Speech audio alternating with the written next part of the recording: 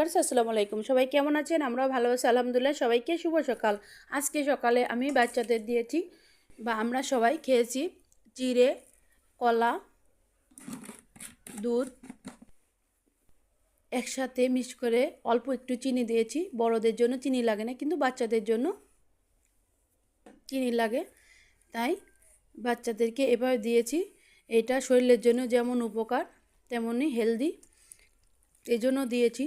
আর আমরা দেশি গরুর দুধটা নিয়ে বাচ্চাদের খাওয়াই। যতটুকু সম্ভব চেষ্টা করি বাচ্চাদেরকে পুষ্টিকর খাবার, হেলদি খাবার খাওয়ানোর জন্য। আর এভাবে বাচ্চাদের খেলে শরীরে এনার্জি ফিরে আসে, গ্যাস হয় না, আর পেটটা ভরে যায়, শরীরটা ঠান্ডা থাকে। এই জন্য আমি বাচ্চাদেরকে এই খাবারগুলো দিয়ে থাকি। তাই আপনাদের সাথে শেয়ার করছি। আপনারাও বাসায় চাইলে এভাবে